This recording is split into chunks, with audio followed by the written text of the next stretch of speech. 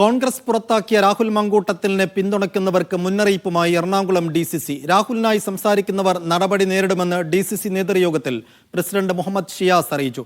രാഹുലിനെതിരെ ഗൂഢാലോചന നടത്തിയെന്ന പരാതിയിൽ VD സതീഷിന്റെയോ ചെന്നിത്തലയുടെയോ പേര് പറഞ്ഞിട്ടില്ലെന്ന് പരാതിക്കാരി ജീന സജി പറഞ്ഞു. യൂത്ത് കോൺഗ്രസ് അധ്യക്ഷ സ്ഥാനത്ത് നിന്നും രാഹുൽ മാങ്കൂട്ടത്തിലിനെ മാറ്റുകയും പാർലമെന്ററി പാർട്ടിയിൽ നിന്ന് പുറത്താക്കുകയും ചെയ്ത നടപടിയെ സാമൂഹ്യ മാധ്യമങ്ങളിൽ ചിലർ വിമർശിക്കുന്നുണ്ട്.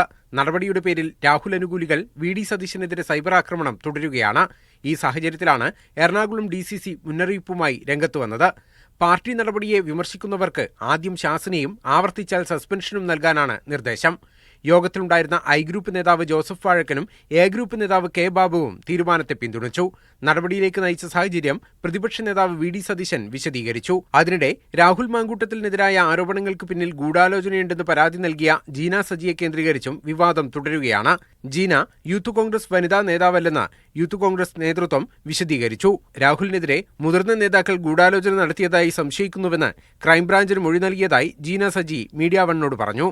ഞാൻ അവിടെ പറഞ്ഞത് ഇങ്ങനെ കോൺഗ്രസ് പാർട്ടിക്ക് അകത്തും പുറത്തും കുറച്ച് ഗൂഢാലോചനകളുണ്ട്. പാർട്ടി ഭേദമന്യേ കുറച്ച് ഗൂഢാലോചനകൾ നടന്നിട്ടുണ്ട്. സീനിയർ ലീഡർഷിപ്പ് എന്ന് മാത്രമേ പറഞ്ഞിട്ടുള്ളൂ. ഞങ്ങളുടെ സംശയമാണത്. ഇങ്ങനെ നാടകങ്ങൾ ഉണ്ടാകുമെന്നായിരുന്നു VD സതീശന്റെ മറുപടി.